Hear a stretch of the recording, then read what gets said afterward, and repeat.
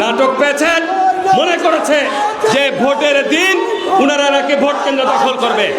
আমি আপনাদের বলে গেলাম, সকাল 7টা থেকে ভোট কেন্দ্র আপনারা পাহারা দিবেন।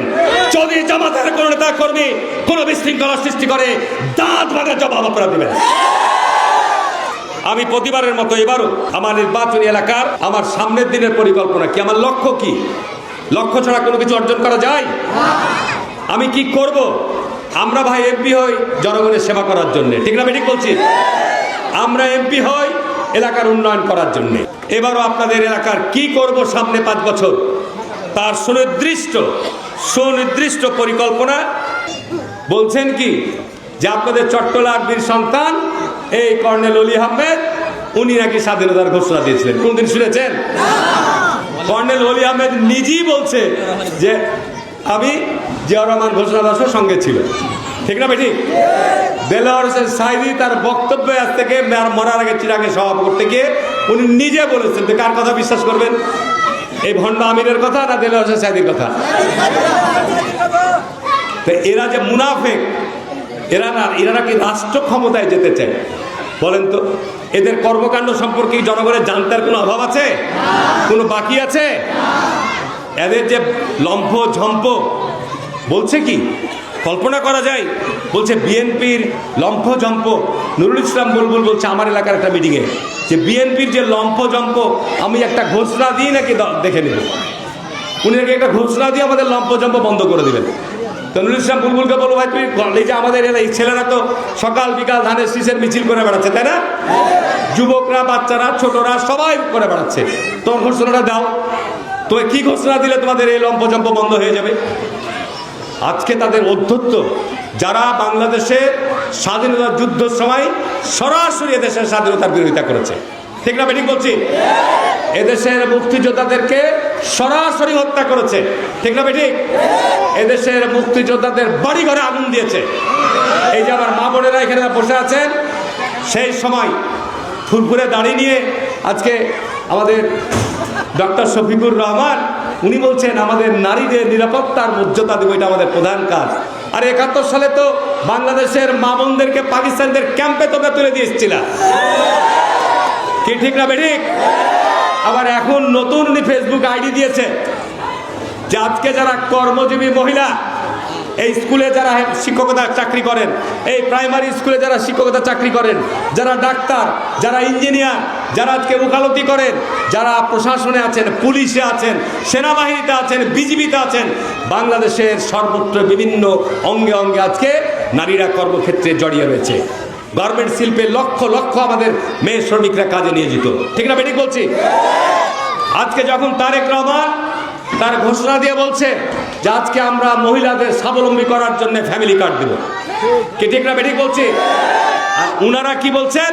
উনারা বলছেন যে কর্মক্ষেত্রে যে মহিলারা আজকে কাজ করে এদেরকে পতিতার সাথে তুলনা করেছে। আমি মেয়েদেরকে বলবো, তোমরা যদি জামাতের মহিলারা তোমাদের বাড়ি থেকে ভোট চাইতে যে জুতা বাইর করে মারবা, কেন্দ্র জুতা মারবা, জুতা। কারণ এরা আজকে মা বোনদেরকে বেইজ্জত করার জন্য, মা বোনদের চরিত্র নিয়ে তারা কথা বলছে, ঠিক না বেঠিক বলছি?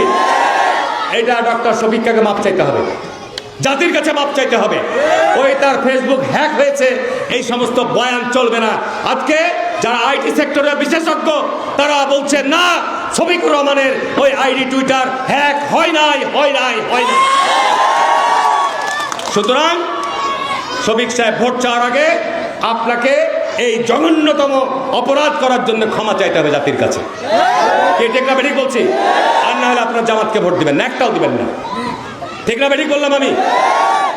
জামাত ক্ষমতায় যাওয়ার স্বপ্ন, যারা দেশের স্বাধীনতায় বিশ্বাস করেনি, যারা দেশের পতাকা মানচিত্রে বিশ্বাস করেনি, তারা আমার দেশের ক্ষমতায় যাওয়ার স্বপ্ন। এত সোজা চিন্তা করেন, তারা বাংলাদেশে এই অঞ্চলে কয়টা কোন সিট পেয়েছে?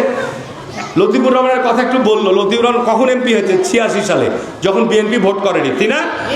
যদি বিএনপি ভোট করতো 79 এমপি ছিল এই আসনের বিএনপির, ঠিক না বেঠিক? এহসান আলী খান 86 সালে যদি বিএনপি ভোট করতো আবার ধানের শীষ পাস করতো, কোনো সন্দেহ নাই, ঠিক না বেঠিক বলছি? 86 সালের নির্বাচন ছিল অ্যারেঞ্জ নির্বাচন। এরশাদ সাহেব কাকে কোথায় কয়টা দিবে উনি সেভাবে দিয়েছেন। আবার 91 সালে নির্বাচনে উনি এমপি হয়েছিলেন। মনিউকিল নির্বাচনে আমরা প্রচার করেছিলাম। দুর্ভাগ্য, উনি ভোটের আগের 2-3 দিন আগে অসুস্থ হয়ে গেল, প্রচার দিয়ে দিল যে মনিউকিল মরে গেছে। ইন্দালিল্লাহ পর্যন্ত পড়ে দিল।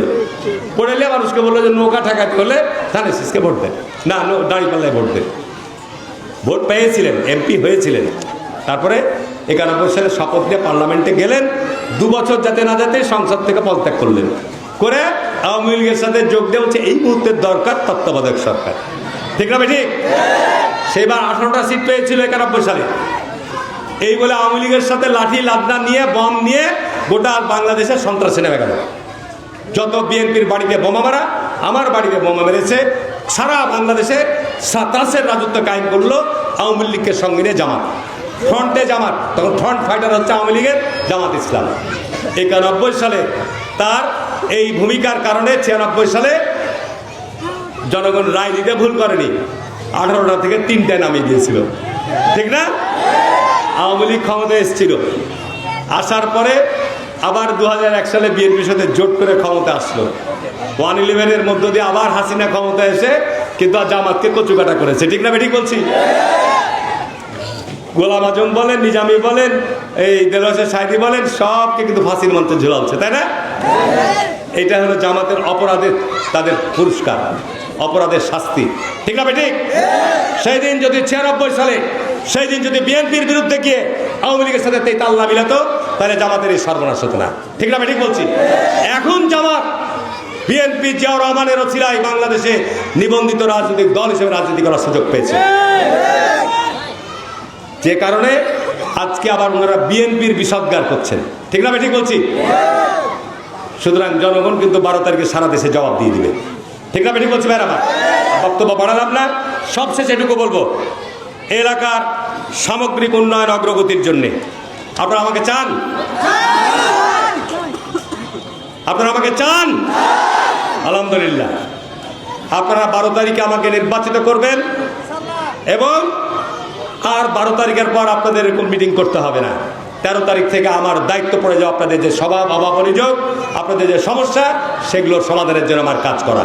ঠিক না ঠিক বলছি? সরকারের কাছ থেকে টাকা নিয়েছে, সেগুলো বাস্তবায়ন করা ইনশাল্লাহ। আর বক্তব্য বাড়ালাম না। আর ময় যাতে করে বললে আপনারা বলতে হয়তো পাপিয়া বুলবুল তো নবাবগঞ্জের ভোটারই লয় ভাই।